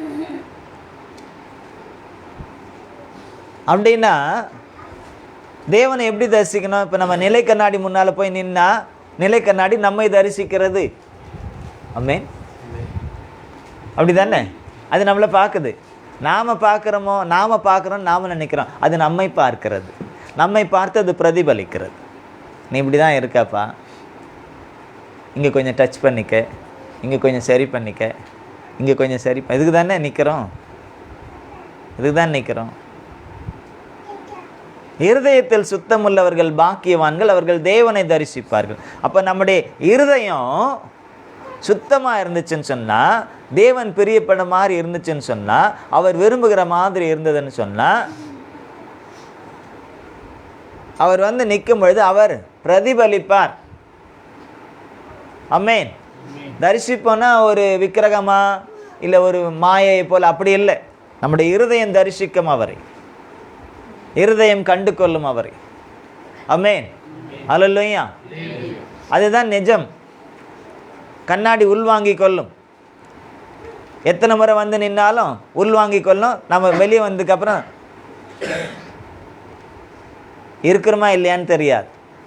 அப்போ எப்போவுமே தேவனுடைய பார்வையில் நாம் இருக்கும் பொழுது எப்போவுமே தேவன் நம்மளை என்ன செய்ய முடியும்?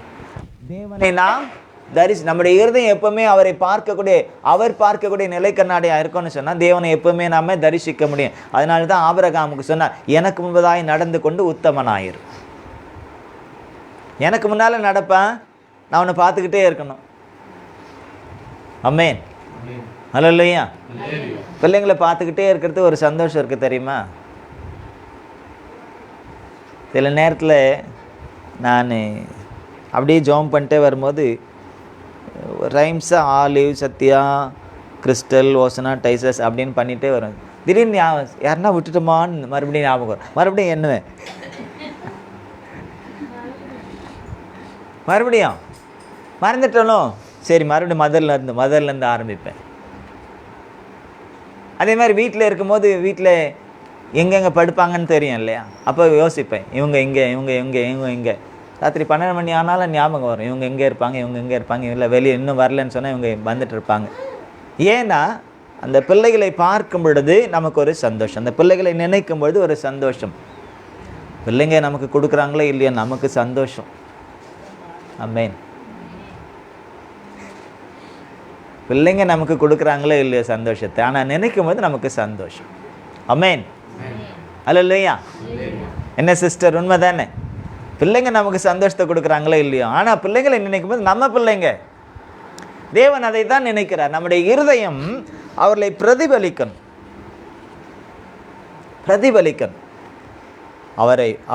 அவர் பார்க்கிறார் நம்முடைய இருதயத்தை. மனுஷன் முகத்தை பார்க்கிறான், தேவனோ உள்ளத்தின் ஆழத்தை ஆழ்ந்து பார்க்கிறவராக இருக்கிறார். ஏன்னு சொன்னால் நமக்கு 3 விதமான நிலைமைகள் இருக்கிறது இந்த இருதயத்திலே கூட. ஆழ் மனசுன்னு ஒன்று இருக்குது. ஆழ் மனது என்று ஒன்று இருக்கிறது. சொல்லுவாங்கல்ல, இந்த பெண்களை குறித்து சொல்லும்போது என்ன சொல்லுவாங்க? இவங்க உள்ள ஆழத்தை பார்க்க முடியாதில்லை, ஆனால் தேவன் பார்ப்பார். உள்ளாழத்தை பார்க்க முடியாது. யாரால? மனுஷனால மனுஷனுடைய உள்ளாழத்தை பார்க்க முடியாது. அங்கே என்ன இருக்குன்றத அறிஞ்சிக்கணும்னா தேவனை தான் துணைக்கு கூப்பிடணும். ஒவ்வொரு ஆணும் ஒவ்வொரு ஆதாமும். இல்லைன்னு சொன்னால் நம்ம தோற்று போயிடும்.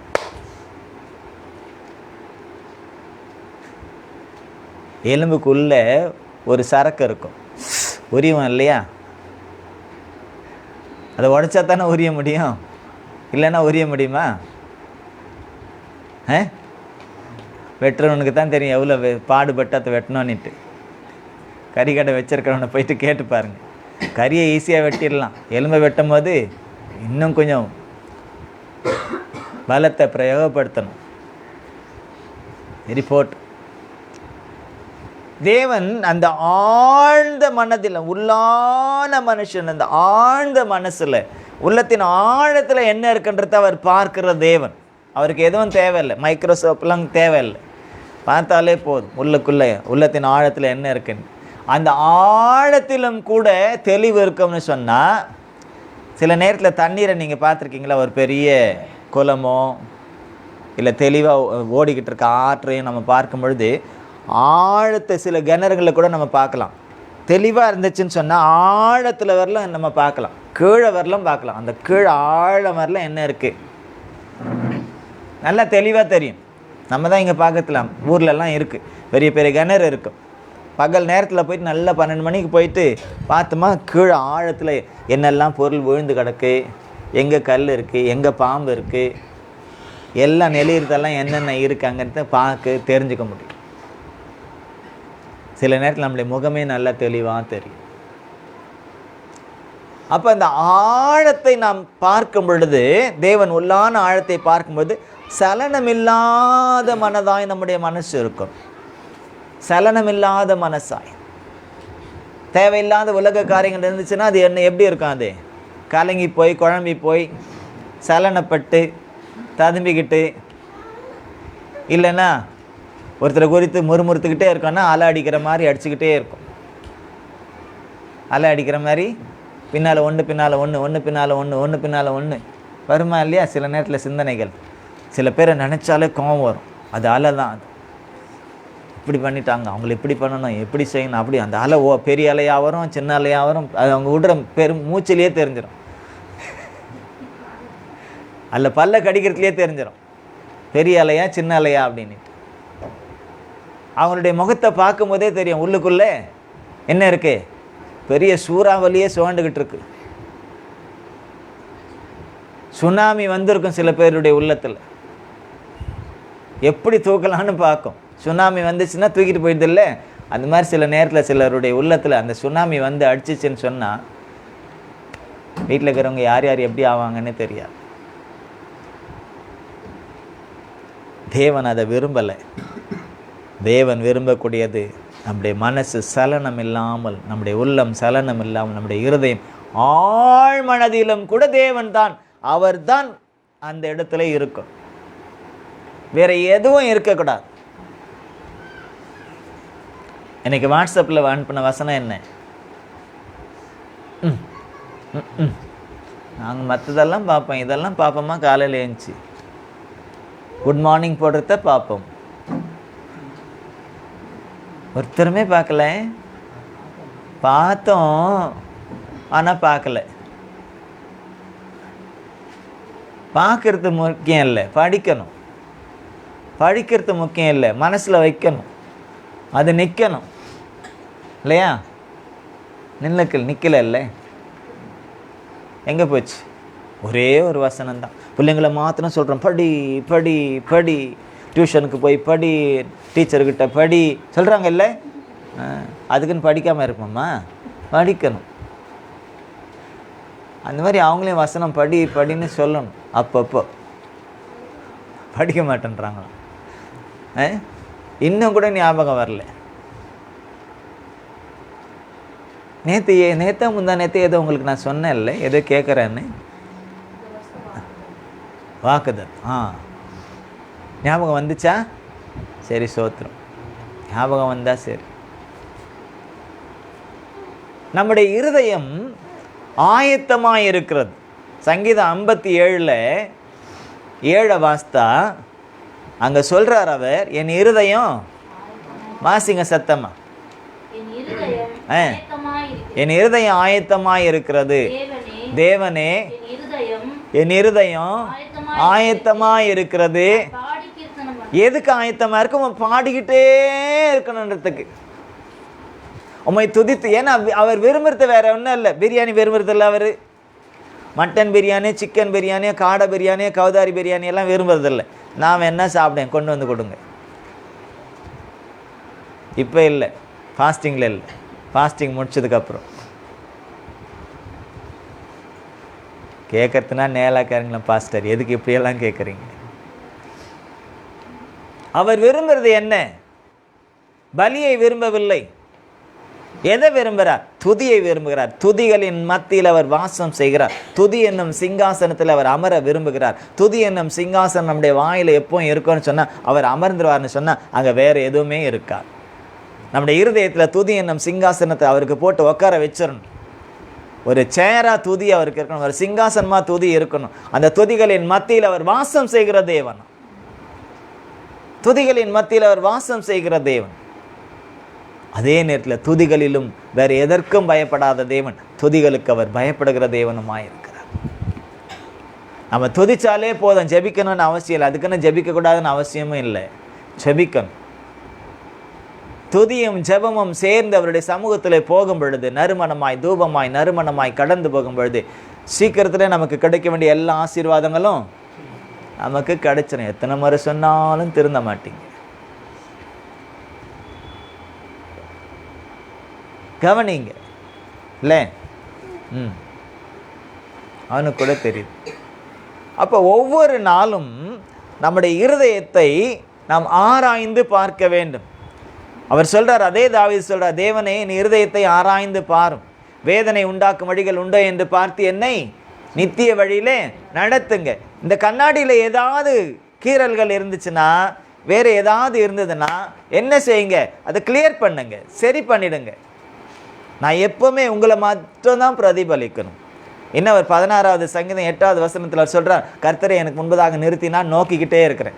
கண்ணாடி முன்னால் நின்று அவரை தான் நான் பிரதிபலித்துக்கணும், அவரையே நான் பார்த்து கொண்டு இருக்கிறேன். நாம் கண்ணாடி, அவர் தேவன். அவர் முன்னால் எப்போவுமே நாம் இருப்போம்னு சொன்னால் அவரை பிரதிபலிச்சுக்கிட்டே இருக்கும். அல்லேலூயா. வேறு எதுவுமே அங்கே இருக்கக்கூடாது. தேவன் அதைத்தான் விரும்புகிறார். நம்மிடத்தில் வேறு எதையும் விரும்பலை. துதிகளை மத்தியிலே வாசம் செய்கிறவர் அவர். பரலோகத்திலும் தேவ தூதர்கள் அதைத்தான் என்ன செய்துட்டு இருக்காங்க? ஓய்வில்லாமல் ஒரு நாளைக்கு 24 மணி நேரம் நம்ம சொல்கிறோம் இல்லையா? அந்த மாதிரி அந்த 24 மணி நேரமும் அவங்க என்ன செய்துக்கிட்டு இருக்காங்க? தேவனை ஓய்வில்லாமல் சேனைகளின் கர்த்தர் பரிசுத்தர் பரிசுத்தர் பரிசுத்தர்னு சொல்லி துதித்து கொண்டே இருக்கிறார்கள். ஆமென். துதித்து கொண்டே இருக்கிறார்கள். அவர்கள் துதித்து கொண்டே இருக்கிறார்கள். அப்போ நாமும் துதித்து கொண்டே இருக்கணும். நம்முடைய இருதயம் துதிக்கணும். உன்னத பாட்டில் நம்ம வாசிக்கணும், நான் நித்திரை செய்தேன், என் ஆத்மாவோ விழித்து இருக்கிறது. அப்படின்னா என்ன அர்த்தம்? அவர் சொல்கிறாரு, உண்மை நினைக்கும் போது ராஜாமங்களிலெல்லாம் நான் உண்மை தியானிக்கிறேன். சங்கீதக்காரர் சொல்லுகிறார், உண்மை நினைக்கும் பொழுது ராஜாமங்களிலெல்லாம் உண்மை நான் தியானிக்கிறேன். கெட்ட கனவே வராது, தேவையில்லாத பயம்லாம் வராது. அவரையே தியானிப்போன்னு சொன்னால் நம்முடைய இருதயம் தேவன் பார்க்கக்கூடிய, அவரை பிரதிபலிக்கக்கூடிய நிலை கண்ணாடியாக இருக்கும்னு சொன்னால் நாம் ராஜா. அதிகாரம் நமக்கு, சத்துருக்களுக்கு முன்பதாக நமக்கு ஒரு பந்தியை ஆயத்தப்படுத்தி நம்முடைய தலையை எண்ணெயால் அபிஷேகம் பண்ணுகிறது. தாவீதை அப்படி பண்ணி உயர்த்தினார். காரணம், தாவீதை பார்த்தார், முதல் மனுஷனை பார்த்தார். நீங்கள் வாஸ்து பார்த்தா தெரியும், ஒவ்வொரு மனுஷனையும் அந்த 1 சாமுவேலின் புஸ்தகத்தில் 16வது அதிகாரத்தை எடுங்க சொல்கிறேன்.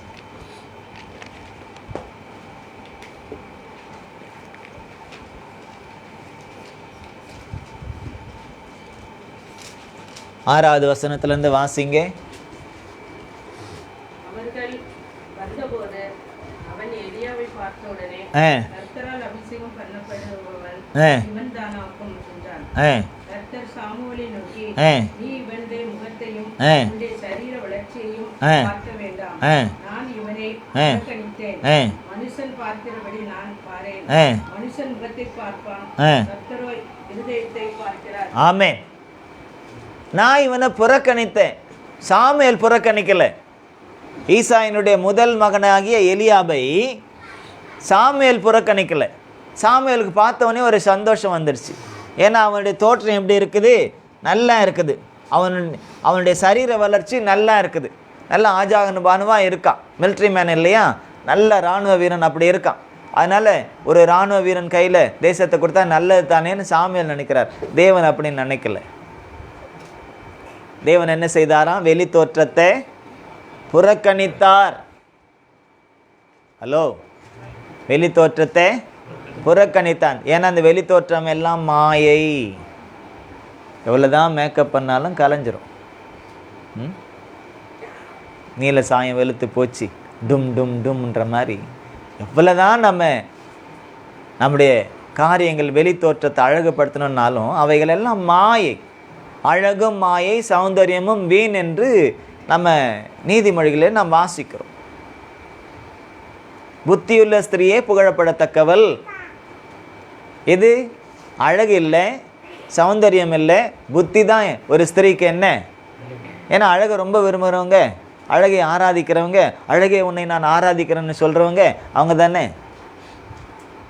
அதனால் வேதம் தெளிவாய் சொல்லுகிறது, அல்ல, அது அல்ல, புத்தியுள்ள ஸ்திரியே புகழப்படுவாள், புத்தியுள்ள ஸ்திரியே புகழப்படுவாள்.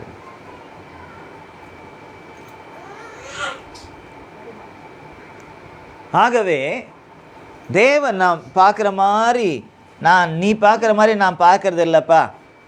நீ வெளி தோற்றத்தை பார்க்குற, நான் இருதயத்தை பார்க்குறேன். சரி, 2வது மகன் 8வது வசனத்தை வாசிங்க.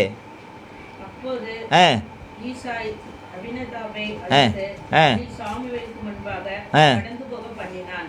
அவன் இவனையும் கர்த்தர் தெரிந்து கொள்ளவில்லை என்றான். ஈசாய் சம்மாவையும் கடந்து போக பண்ணினான்.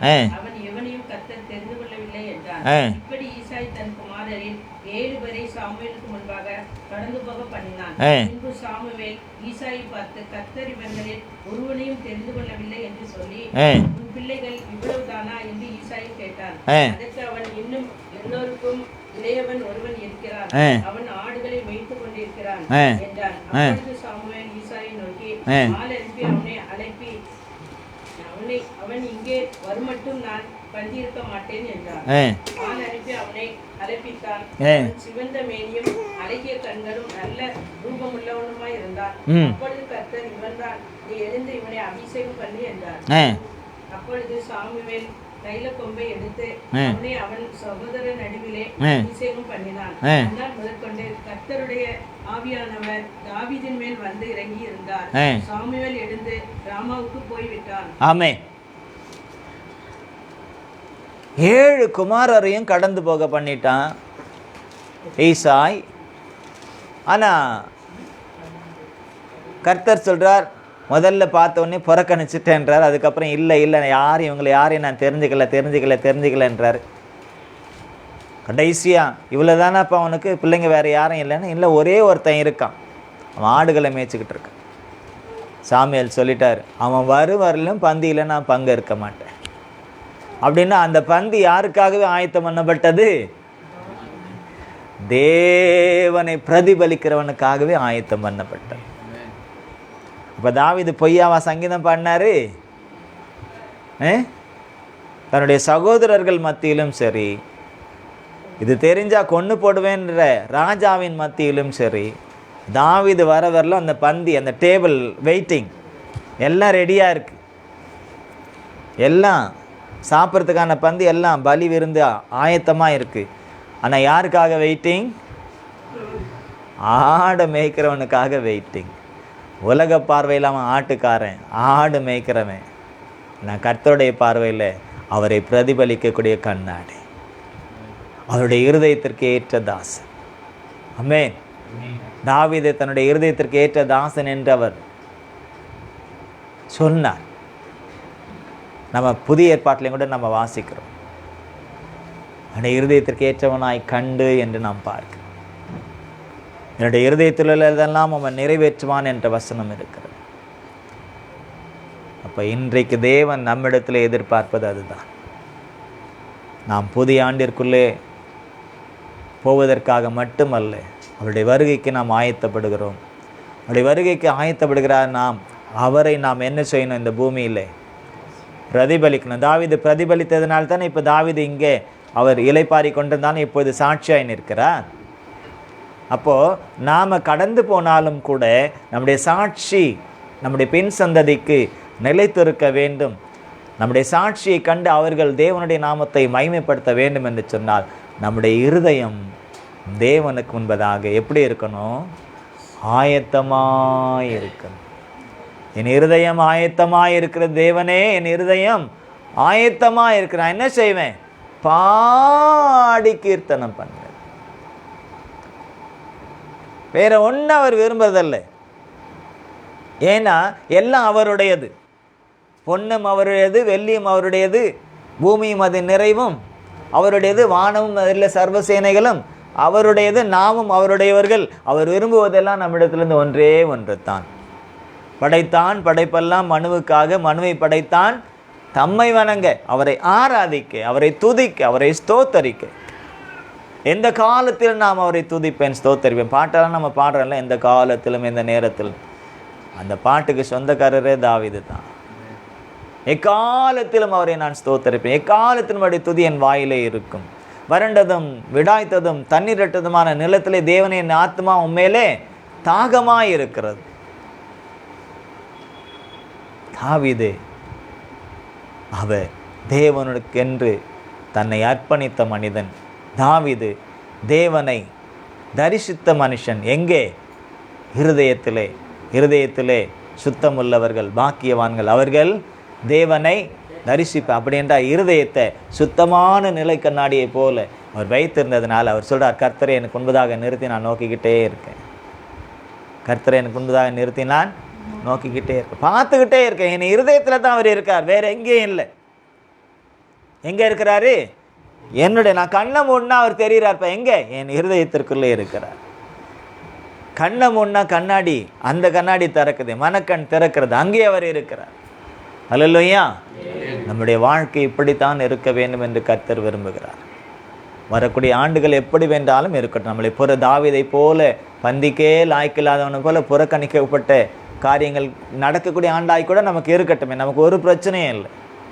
நாம் அவரோடு இருந்தால் அவரை பிரதிபலித்து கொண்டு அவரோடு காட்டில் இருந்தாலும் சரி, நாட்டில் இருந்தாலும் சரி, வீட்டில் இருந்தாலும் சரி, ஓடிக்கிட்டே இருந்தாலும் சரி, சத்ரு நம்மளை விரட்டிக்கிட்டே வந்தாலும் சரி, அவரோடு அவரை நாம் பார்த்து கொண்டு ஓடிக்கிட்டே இருந்தால் போதும். சத்ரு விழுந்து போவான், நாம் எழுந்து நிமிர்ந்து நிற்போம்.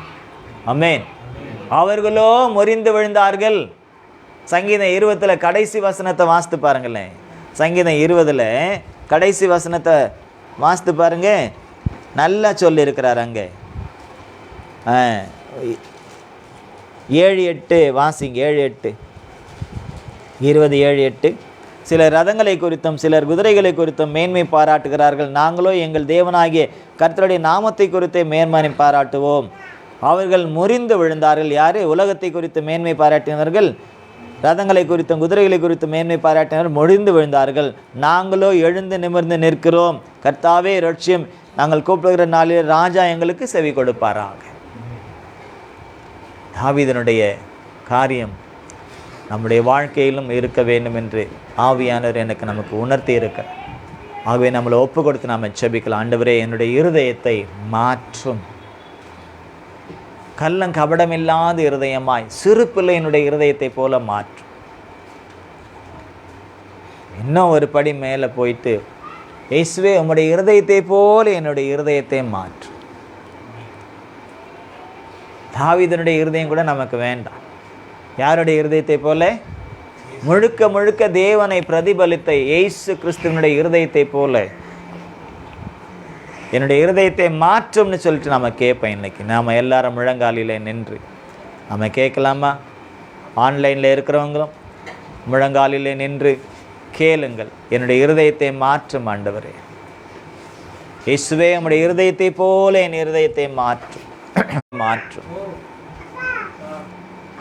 நீர் விரும்புகிற இருதயமாக, உம்மை பிரதிபலிக்கக்கூடிய இருதயமாக, உம்மையே நான் இருதயத்தில் தரிசிக்கக்கூடிய இருதயமாக, எந்த சலனமும் இல்லாத, கள்ளங்கபடம் இல்லாத, தெளிவான தண்ணீரை போல, தெளிவான நிலை கண்ணாடியை போல என் இருதயத்தை மாற்றும். என் இருதயத்தை மாற்றும். அதில் உள்ள எல்லா கேடுபாடுகளையும், அதில் உள்ள எல்லா அக்கிரமங்களையும், அதில் உள்ள எல்லா பாவ காரியங்களையும், அது கரை படிந்திருக்கிற அந்த கண்ணாடியில் இருக்கக்கூடியதான எல்லா அசுத்தங்களையும், அழுக்குகளையும், கரைகளையும் இப்பொழுதே உம்முடைய அபிஷேகத்தை கொண்டு, உம்முடைய ஆவியை கொண்டு, உம்முடைய அக்கினியை கொண்டு அதை சுத்திகரிக்கும்படியாக என்னை ஒப்பு கொடுக்கிறேன்னு சொல்லிட்டு முழங்காலிலே நின்று கேளுங்க. இல்லைனா எழுந்து நின்று கேளுங்க. தேவனுடைய நாமம் மகிமைப்படுவதாக. ஓ, சத்துருக்களுக்கு முன்பதாக நமக்கு ஒரு பந்தியை அவர் ஆயத்தப்படுத்தி நம்முடைய தலையை எண்ணெயால் அபிஷேகம் பண்ணுகிறார். நம்முடைய பாத்திரம் நிரம்பி வடிகிறது. நிரம்பி வழியட்டும். அவருடைய ஆவியினுடைய அபிஷேகம் தாவீதுக்குள்ளே நிரம்பி வழிந்ததற்கு காரணம், தேவனை எப்பொழுதும் தரிசித்தார். அவருடைய இருதயத்திலே அவர் தரிசித்தார். அந்த இருதயம் நிலை கண்ணாடியைப் போல தேவனை பிரதிபலித்தது. தேவனை பிரதிபலித்த இருதயத்தினாலே தேவனை ஓயாமல் புகழ்ந்து கொண்டே இருந்தார், ஓயாமல் பாடிக்கொண்டே இருந்தார், ஓயாமல் சங்கீதம் இசைத்து கொண்டே இருந்தார், ஓயாமல் அவருடைய நாமத்தை மகிமைப்படுத்தி கொண்டே இருந்தார். எக்காலத்திலும் அவருடைய துதி அவருடைய வாயிலே இருந்து கொண்டே இருந்தது. ஏனென்றால் தாவீதினுடைய இருதயத்திலே தேவன் மட்டுமே. ரீமாந்தூரா லாஷா லேஷே பேதூராலா ரே தூராலா மஷு தரலா ரே பெந்துராதிராலிக்கமா. எல்லாரும் ஒப்பு கொடுங்க, ஒப்பு கொடுத்து சேபிங்க. என்னுடைய இருதயத்தை மாற்றும் ஆண்டவரே, என் இருதயத்தை மாற்றும் ஆண்டவரே, என் இருதயத்தை மாற்றும் ஆண்டவரே, என் இருதயத்தை அவ்விதமான இருதயமாய் மாற்றும். உம்மை பிரதிபலிக்கக்கூடிய நிலை கண்ணாடியை போல என் இருதயத்தை மாற்றும் ஆண்டவரே, சுத்த இருதயமாய் மாற்றும். உம்மை வெளிப்படுத்தக்கூடிய, உம்முடைய தரிசிக்கக்கூடிய, உம்மை உள்வாங்கிக் கொள்ளக்கூடிய இருதயமாக மாற்றும். எனக்குள்ளே, என்னுடைய மனதுக்குள்ளே, என் ஆழ் மனதுக்குள்ளே எல்லாவற்றிலும் நீர் மாத்திரமே வெளிப்பட வேண்டும். ஆழ் மனதிலும் கூட நீர் மாத்திரமே காணப்பட வேண்டும். உள்ளத்தின் ஆழத்தை நீர் பார்க்கும்பொழுது நீர் மாத்திரமே அங்கே இடத்துல இருக்க வேண்டும். மற்றபடி இருக்கக்கூடிய எல்லா அசுத்தங்களையும் அப்பா, பகைகள், வைராக்கியங்கள், அப்பா, துர்க்கரியைகள், அசுத்தங்கள், அவிஸ்வாசங்கள், விபச்சாரங்கள், வேசித்தனங்கள், விக்கிரக ஆராதனைகள், அப்பா, இன்னும் என்னெல்லாம் மாம்சத்தின் கிரியைகளாக இருக்கோ எல்லாவற்றையும் இப்பொழுதே அகற்றுவீராக. பரிசுத்த ஆவியானவர் இப்பொழுதே அகற்றி போடுவீராக. எல்லாவற்றையும் கேளுங்க, கேளுங்க, வாயை திறந்து செபிங்க. சும்மா வாயை மூடிக்கிட்டு இருக்காதீங்க. ஓரி மாதிரந்தரலமன எல்லாரும் உங்கள் சத்தத்தை உயர்த்தி தேவனிடத்தில் செபிங்க. மாற்றுங்க, என் இருதயத்தை மாற்றுங்கன்னு கேளுங்க. ஓ மைட்டி லார்ட், பிசாசுக்கு இடம் கொடாதிருங்கள், பிசாசுக்கு இடம் கொடாதிருங்கள். தேவனுடைய வார்த்தைக்கு செவி கொடுத்து செபியுங்கள், உற்சாகமாய் செபியுங்கள், மனசார செபிங்க, உற்சாகமாக செபிங்க. ஆன்லைனில் உள்ளவங்களும் செபிங்க. ஓ என் இருதயத்தை மாற்றும் ஆண்டவரே, உமக்கு மாத்திரம் முன்னிடம் கொடுப்பேன், நான் வேறு எதற்காகவும் அல்ல ஆண்டவரே. உடைய சமூகத்திலே நான் வந்து உமது நாமத்தை நான் மகிமைப்படுத்த நான் முந்திக் கொள்வேன். ஓ என்ன நடந்தாலும், என்ன பலவீனங்கள் இருந்தாலும், என்ன சுகையினங்கள் இருந்தாலும், என்ன தரித்திரம் இருந்தாலும், என்ன நிந்தனைகள் அவமானங்கள் இருந்தாலும், எந்த தீமையான கிரியைகள் இருந்தாலும், முடியாத சூழ்நிலையாக இருந்தாலும் உமது சமூகத்திலே வந்து நான் விழுந்து கிடப்பேன். நீர் என்னை உயிர்ப்பிப்பீர் என்றதான அந்த விசுவாசத்தோடு ஆண்டவரே நான் செயல்படுவேன் என்று சொல்லி ஒப்பு கொடுத்து செபிங்க. ஒரி மாதிரந்தரலமனா ரெபதூரல பருஷாதிரா ரீ கபோதரல வராதிரா ஓ ரிபோதர.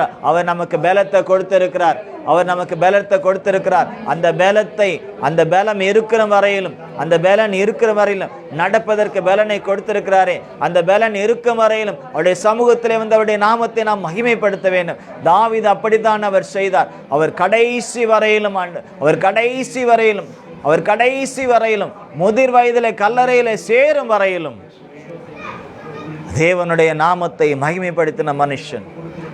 எல்லாரும் ஒப்பு கொடுத்து செபிங்க. இருதயம் என்னைக்கு சுத்தமாகணும், இருதயம் சுத்தமாகணும். அந்த இருதயத்தை கர்த்தர் பார்க்கும் பொழுது ஓ நான் தான் தெரிகிறேன் என்று அவர் சாட்சி சொல்லணும். நீங்கள் சாட்சி சொல்லணும். கர்த்தரை நான் தரிசித்தேன்னு சாட்சி சொல்லணும்.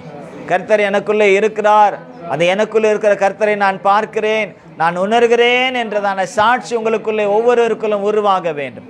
Mighty power lord, mighty power, mighty power, mighty power.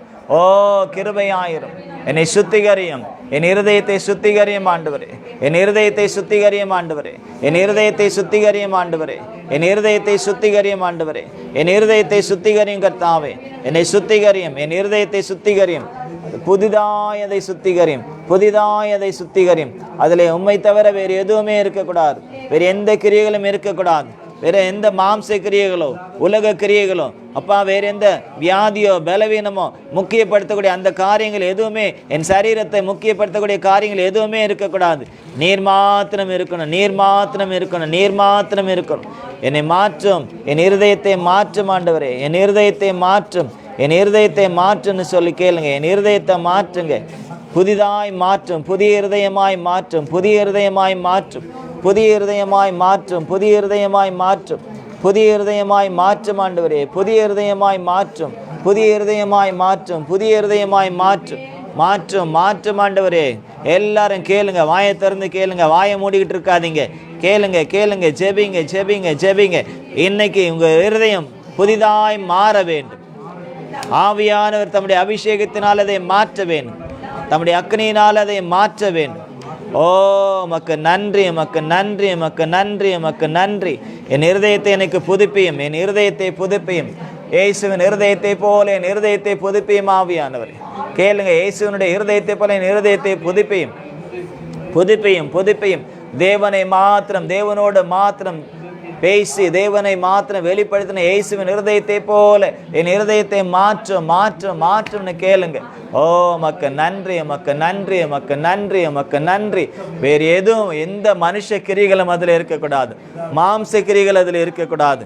ஓ உமக்கு நன்றி. இருதயத்திலே அந்த இருதயத்தின் ஆழத்தை அவர் காணும் பொழுது அவரைத்தான் நாம் பிரதிபலிக்க வேண்டும், அவரைத்தான் நாம் பிரதிபலிக்க வேண்டும்.